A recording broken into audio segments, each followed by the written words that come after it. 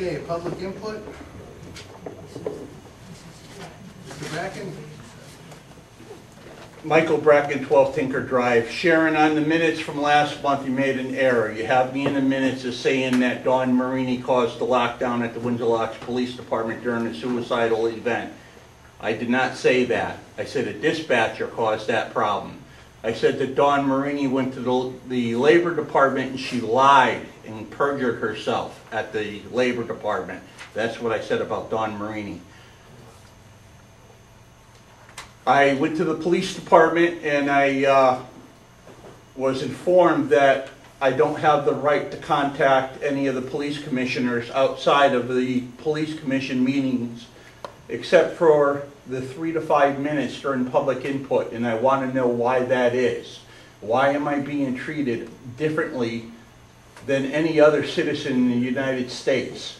I contacted my attorney. I sent my attorney an email yesterday, and he's looking into it. I also sent Attorney Storms a letter pertaining to that, because it was Attorney Storms that told me that I could contact any one of the police commissioners at their home and ask them a question or direct a example of something to them. I have a proposal that I've been trying to get across to this panel for months, that Mr. Brace has gone and deadlocked for months at a time, that has basically caused several of these people that if something ever happens to them, it could cost them thousands of dollars, as well as the fire department and the ambulance. The fire department put me on their agenda. They voted on it and approved it. The ambulance corps approved it. The thing of it is that I found out, finally, somebody called me, a politician in town called me and told me to turn around and explain to Mr. Brace that you have an option.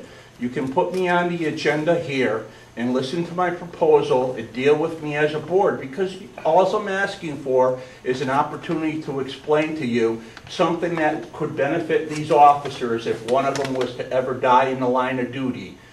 And if you say that you're not going to allow me the opportunity to go onto the agenda or be put on the agenda, then all I have to do is come down to this town hall.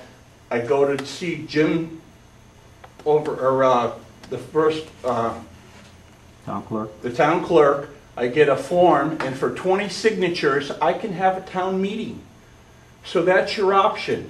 You can put me on your agenda, and I'm going to explain to you the procedure or the option that I'm trying to get through to you people, or I'm going to go and I'm going to register for a town meeting, and then during that town meeting, at the beginning of it, I'm going to explain to them that the fire department gave me the opportunity to explain to their board. They put me on their agenda and they took action. The ambulance corps sat down with me and listened to what I had to say, and they approved it. But the police commission keeps stonewalling me because the commissioner, the chairman, has a problem with me and he doesn't want to hear it. So you can explain to the town why you cost the town extra money. And that's what I'm going to do from now on whenever I have a problem.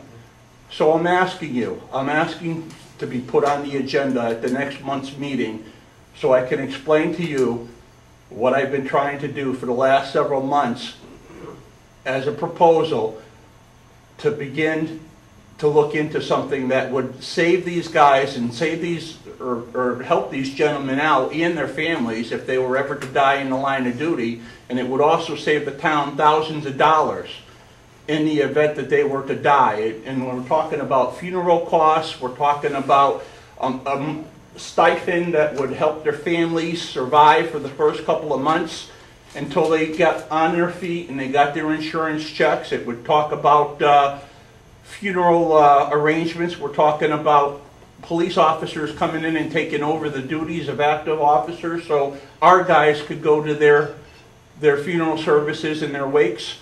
That's all I'm asking. So you tell me, at the next agenda or at your next police commission meeting, can I get on the agenda, or do I have to come down here and get the paperwork, get 20 signatures, and I'll file for a town meeting? That's it. Thank you. Anybody else for public input? Mr. Russo. William Russo, 407 Elmwood Drive. Recently, I guess somebody addressed Selectman Warwick regarding the safety at town meetings in light of some gentleman walking into a town meeting and sort of blowing a few people up. If we have that same concern here in Windsor Locks, then I suggest that maybe the police commission look at putting together an ordinance that said there'd be no weapons carried into a town building other than police officers. That's number one. I would strongly recommend that if we have that kind of concern. Number two, Mr. Brace, when we email the Windsor Locks Police Commission, who else besides you sees that communication?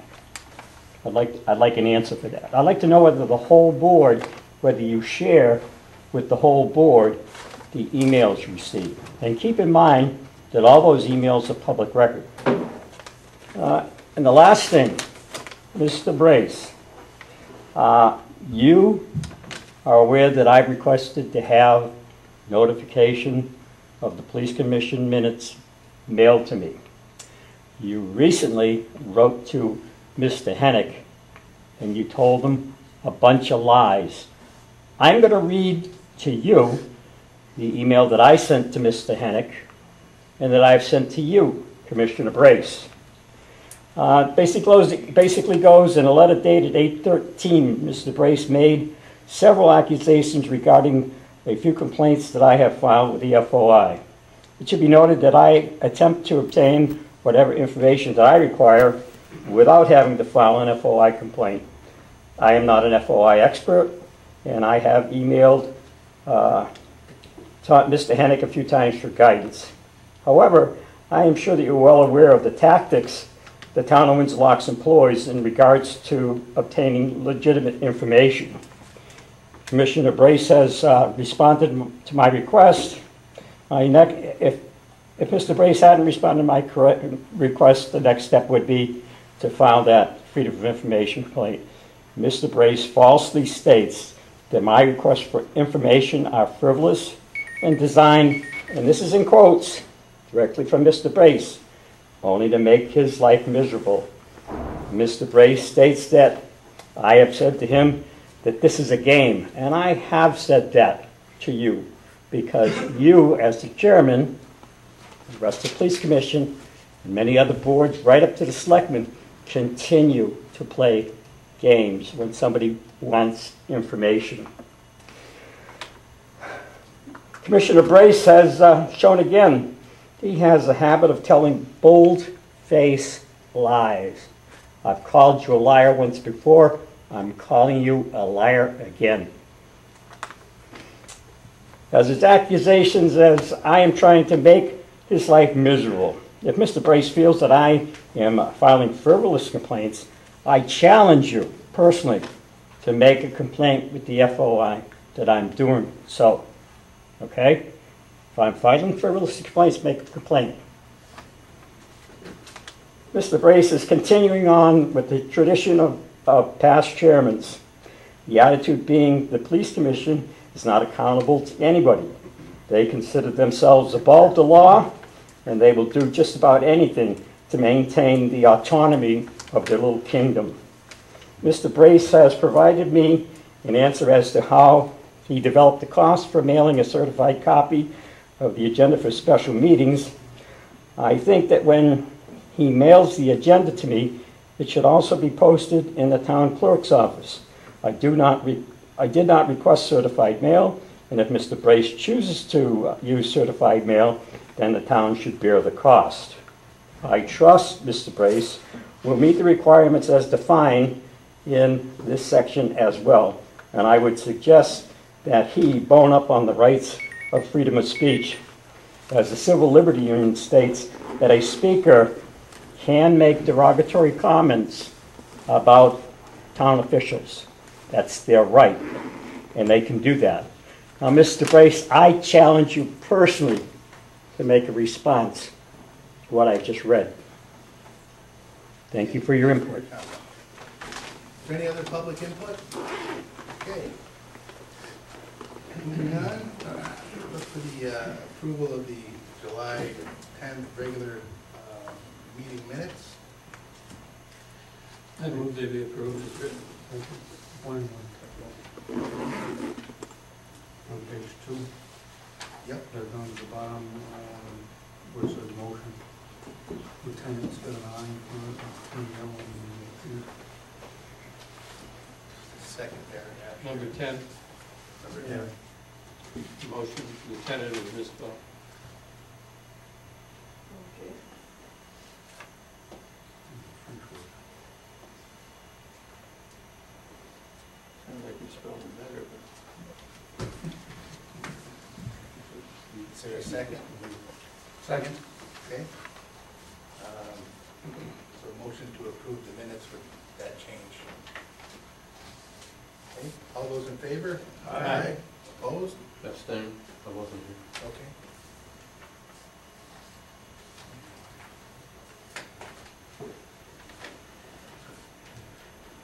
Okay, under correspondence, a couple of months ago, we got a request from, some correspondence from Ms. Ruggiero about a retirement badge and for her father. I spoke with them. Okay. That, She asked that we put it on the record, so. Would you want to reiterate that, this for us, since you spoke with her, Dennis, about it? she indicated that she wanted a badge for her father, who had been a long-time commissioner. And I just said I would look into it. Is there any discussion on that correspondence? Got one, didn't we get the? Oh, no, just Ms. Ruggiero's correspondence. Oh, About no, having no. badge. All right, thank you, Dennis. Is she, all right, Well, they want a badge. So until they get a badge, still don't understand it. Okay. they won't be happy with it. Okay, correspondence, I'd like to read this one. This is from Nick Maltese and Donna Stull. To the Windsor Locks Police Commission, I would like to take this opportunity to thank Sergeant Garofalo for helping me make it possible to bring Nick Maltese to the Windsor Locks Firemen's Carnival. Nick is 100 years young and has cancer, but does not let that stop him from going places. Sergeant Garofalo went out of his way to help Nick and I attend the carnival by allowing us to park close and stayed with us to make sure everything went well. We would like to thank Sergeant Koulis for his kindness towards Nick. It gives me great joy to make Nick happy in whatever time he has left with us. The Windsor Locks Police Department has gone out of their way to help our community and make it safe for all. We will see you all at the 2014 Fireman's Carnival for Nick's Sandwich of Longevity. Thank you very much, Nick Maltese and Donna Stull. All right.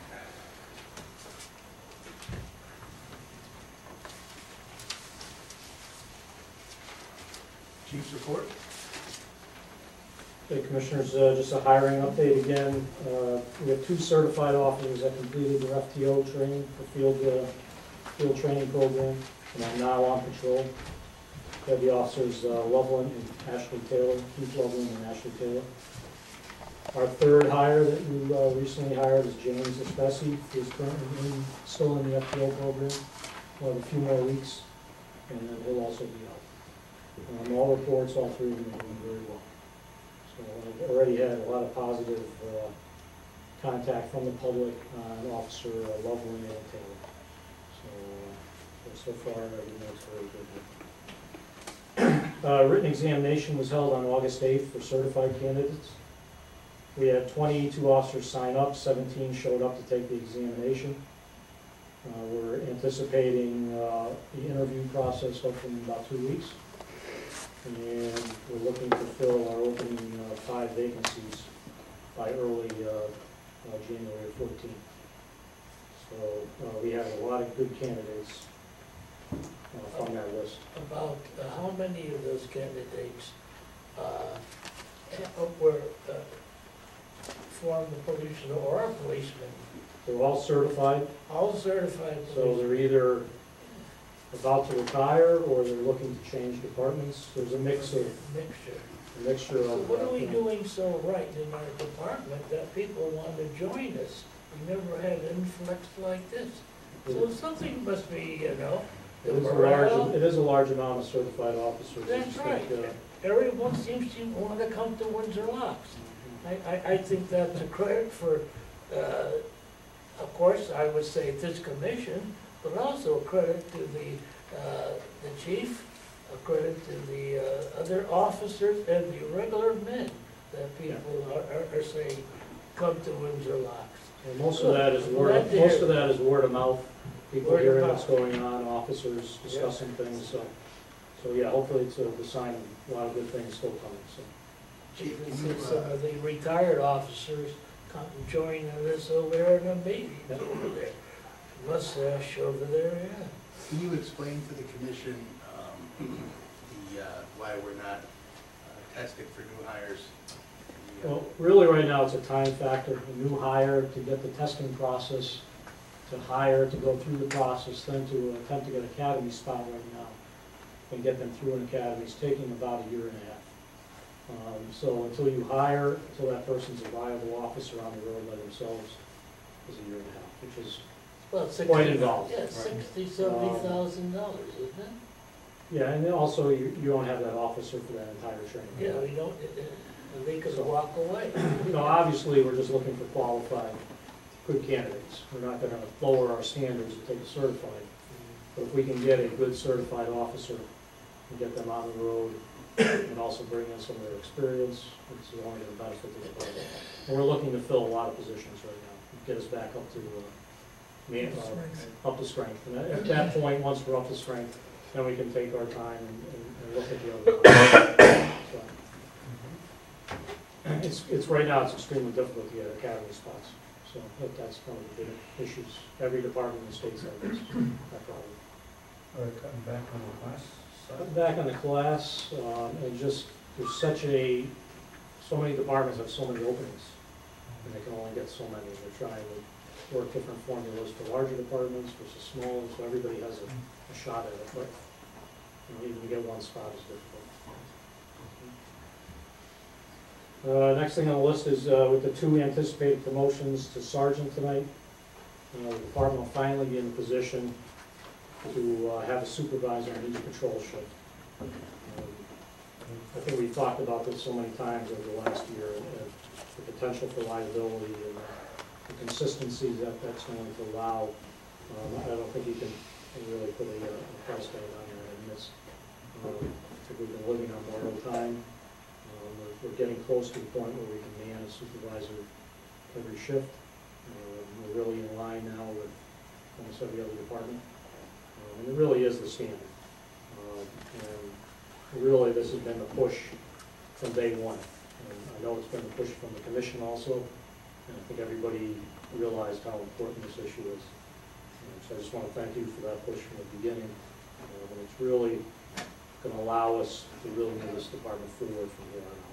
This is what I like to call kind of the building blocks, the foundation, and we'll see a lot of movement from here. Also included in that is hopefully over the next month, looking to fill two corporal positions that we negotiated in the last contract negotiations. And they'll be used to fill in for sergeant vacancies and also to assist the sergeants in supervisory matters on their ships. And they'll have full training just like a sergeant will. So they'll be certified through all the classes, and they're all doing that. We already have scheduled for late September 3 days of supervisory training for all the new sergeants. That's already in place. What's the process for selecting corporal? Corporal process is a resume and an interview with the chief, and then I forward the candidate to you for final approval.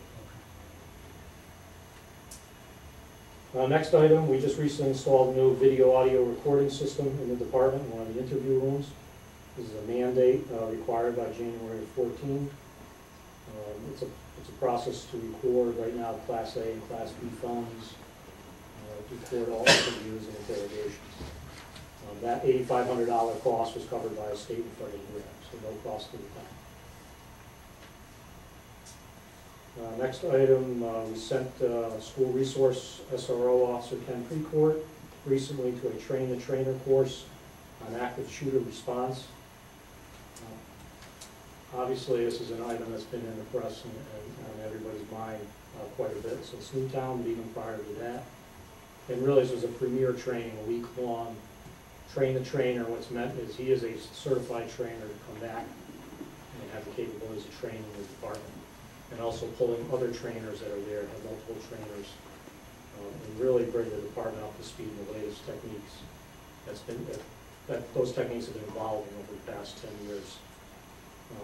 It's our intent to try to have a training session that involves surrounding communities, their officers, because most likely if you have such a large incident happening, you'll be calling for mutual aid. So we have officers that are trained together, know each other's tactics, and can quickly assimilate into a response. Are these other, you're talking about East Windsor, Suffield? Yes, the border and community. Bordering community? Yeah. And Also, okay, go ahead. is the training consistent from community to community so that when they do show up, we're all on the same page? Well, that's the purpose of this. This was a statewide train the trainers, so we're trying to get everybody on the same sheet of music. Okay. So when we have our training here, we're going to invite those other towns to actually participate in the same training we do. They have a trainer? They don't, but we're going to provide that. Okay. They're going to provide the student. Their officers are going to be students in our class, All right. so they'll be training with our officers. So we'll all be on the same. Okay. And that's the goal throughout the state. We're going to do this in school? Schools or office buildings. There's a number of large businesses that are interested. Okay. It's not just schools, it's any kind of, it's Yeah. really almost anywhere. And school has been getting the press, obviously, Right. And you have but that our shooting large over- employers, Over in East Hartford? yeah, exactly. Yeah. Okay. Also, the other communities could reciprocate. If they have training, they Right. could train our officers too. Right. So that we have the whole, this section of Connecticut all trained together and get to know each other and. Yeah, the goal is to get the entire capital Yeah. region trained in that, each region, and sharing the instructors, because you need more than one. So we'll bring in about 4 instructors plus our certified instructor to teach that class. Could you just remind me, how are we on the same page as far as the radio communications go? How's that work? Really, there is no statewide kind of radio transmission or I'm talking about if you had an incident, we've got different people from different towns, is there a way that they're all gonna be able to?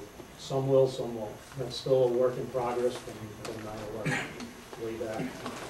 So it's been an issue. There is a standardized channel for the state. There's 2 channels that we can get on, but those are statewide type channels. They're really not meant for individual incidents. So it is a Talking about, problem. you know, different officers. So really, it's, the down and dirty is pairing up with officers quickly, so we have communications. So, one thing that isn't on there, I just want to let you know that we started negotiations with the dispatch union. Yesterday was the first meeting, basic ground rules and things of that nature, so that's starting to take place. They've been without a contract for a few years.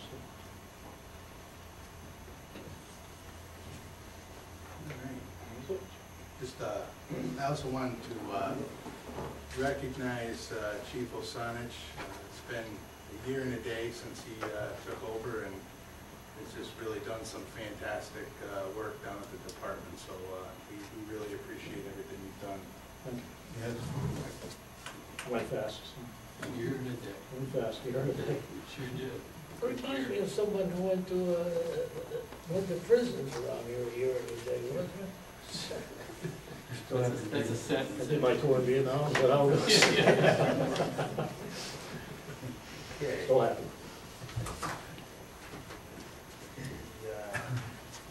The next item on the agenda is the Code of Conduct. that's under old business.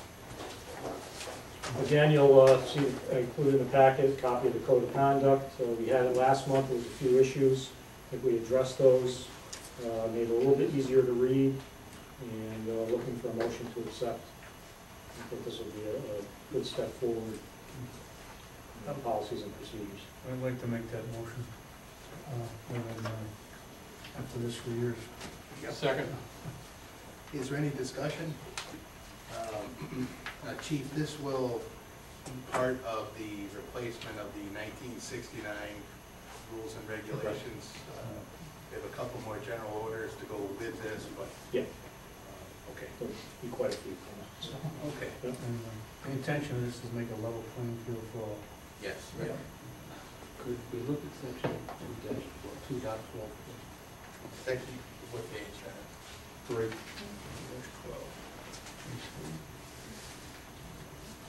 The penalties go DCG. Should that be, is that correct?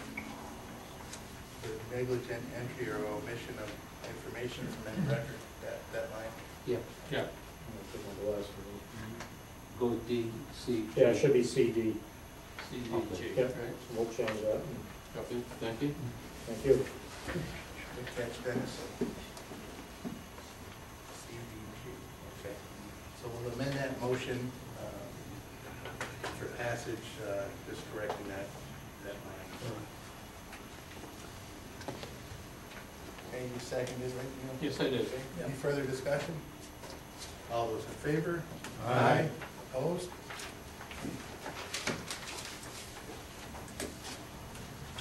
Okay, under new business, we have a memorandum of understanding between the Police Commission and the Windsor Locks Chief of Police, Eric Sanich.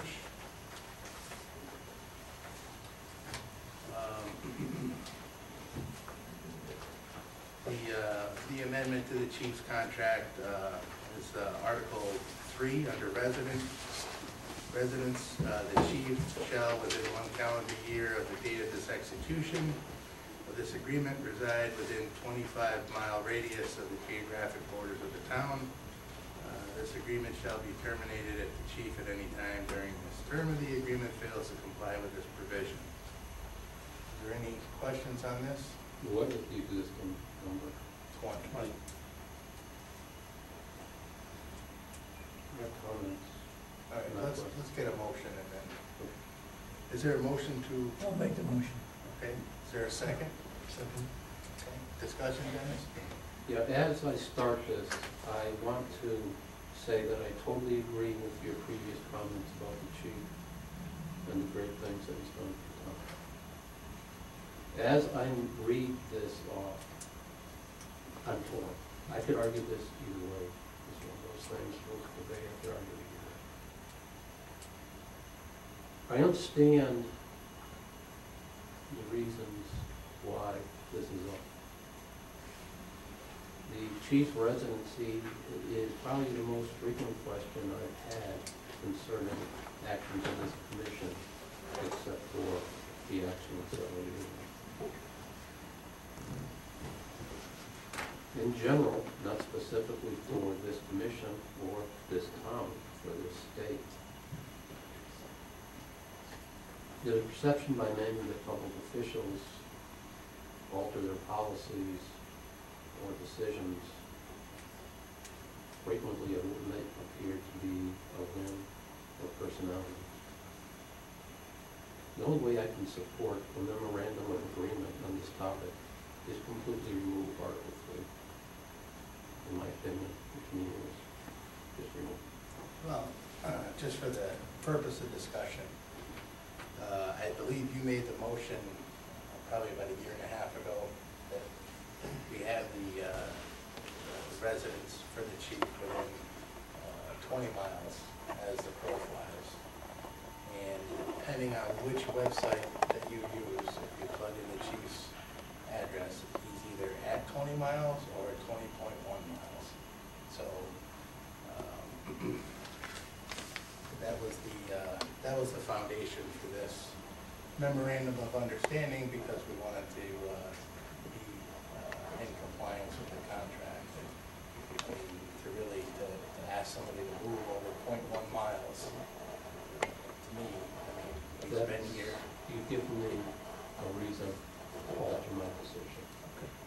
1 mile is a very short distance. Right. I mean, I can even run that stuff. So, You can move his house or move the PD or just sign this, so. Right. Yeah, I mean. If we get a new PD. Yeah, right. Better way to put it. That's right. On the other side of the street, basically. Move a little closer west. Is there any more discussion? Okay, I have a second, so all those in favor? Aye. Opposed? All right. I look for a motion to enter into executive session to, A motion that we promote James Gustafson Jr. to the rank of sergeant effective immediately. Second. okay, any discussion? All those in favor? Aye. So moved. Sergeant Gustafson?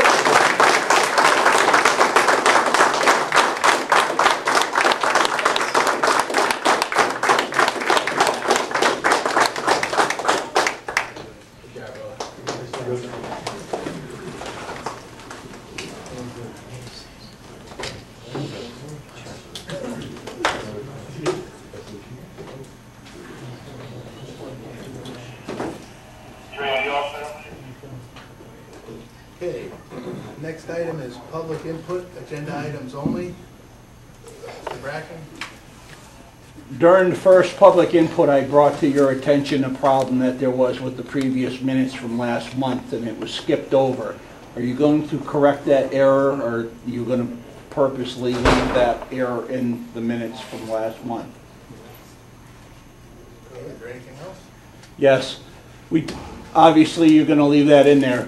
Mr. Lenati, in answer to your question, you were asking questions about officers coming here that are certified. Technically, there are good things about it and there are bad things about it. Windsor Locks has been fortunate. We've gotten some good officers from Hartford, and there are some bad things about it. First off, you don't know what you're going to get.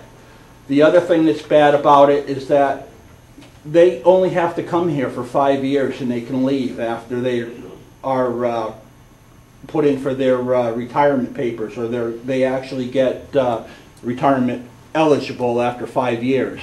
The thing is that what you're doing to the town is that when you bring in somebody that's certified, and I don't know how many towns actually do this, but in Windsor Locks, it's in our contract that when a police officer from another town or a certified officer from another town comes to Windsor Locks and they get hired here, they start at the beginning rate of pay as a patrolman. And after your probationary ride-along, your 12 weeks of FTO program, you jump right up to the top paid patrolman's position. So you're jumping, I don't know what the difference is, whether it's 15,000 or whatever, I don't know what the money is, but it's a big jump. Your benefits are in increments, but the money is a jump. So you're not doing the town residents any favors by bringing somebody in that's certified, other than to get somebody on the street right away. So to turn around and say that it's costing money to put somebody in the academy is a fool's money. Because yeah, it is costing you money to put somebody in the academy, but the thing of it is, and you brought it to, I believe it was you that had made a comment about it, that you can't guarantee that they stay here. Well, that's not true. Because what has been happening is a lot of departments have a contract with the officer when they're hired. And what it is a contract that they'll serve so many years with that department before they leave. So therefore, what they do is they make sure that the town that hires them, for their investment of putting that police officer into the police academy and through the training, they get so many years of service before that officer can leave. And that happened in Windsor Locks with one of our own officers that left their department that originally hired them. He left the department prior to his contract. He joined Windsor Locks Police Department, and he was sued by the department that originally put him through the police department, and they pursued him and won a verdict through the court system, maybe not for the original amount that they sought, but they won a verdict against him for an amount of money for leaving against that contract that he had signed. So yes, there are advantages, but not in reality. Like I said, Windsor Locks has been lucky. We got some really good officers from Hartford, and I know that my uncle was a captain in Hartford. He worked with many of them. And we've all heard the stories about Wayne Cornbroth, and everybody used to tell us, if you ever get in a gun battle, that's the man that you want with you because you're going to survive it. So we're lucky. And Keith Loveland has lived his life in his town. He was an excellent trooper, and I think that he'll be an excellent police officer. And I'm sure that your other two officers that you picked, you'll probably make out as well too. But to turn around and to hire 3 more certified officers, I think what you did there, I think what's being done there is you misled the town, because the town knew that you were hiring 3 certified officers, but they expected some type of a savings by the town going in hiring 3 new officers and expecting that these officers were going to start as new hirees and that they were going to have 4 steps. Well, it used to be 3. I believe it's 4 now. I haven't seen a contract in quite a while, but I believe it was 4 steps in order to get the top paid patrolman's position, and then your vacation and everything else also took steps. So that the town benefited from a new hire. So to turn around and to go for 3 more certified officers is no benefit to the town whatsoever. It's actually the other way around. Thank you, Mr. Bracken. Have you any statistical information to back up of what you're saying? Can you choose one of the officers that hasn't worked out? All the officers that come to Windsor Locks are also checked out. You don't just take someone because they're from XYZ town. We also inquired their background and so forth. We have chosen the cream of the crop. It's evident right now, evident to see to what we have. We have a good group of officers. The morale is high. And I'm saying, why are officers wanting to leave their departments, and most of them are on the top step with incentive to stay, but came to Windsor Locks from lieutenant's and sergeant's position outside to start off as a patrolman. It's a matter of perception. That's all I have to say. I'm very proud of the officers that we have hired, and we will continue to hire them, but all, when everything is level up here. I have no problem with the chief's recommendation. I have certainly no problem with the officers that we have hired. They are outstanding people and are doing the best for the town of Windsor Locks. Thank you.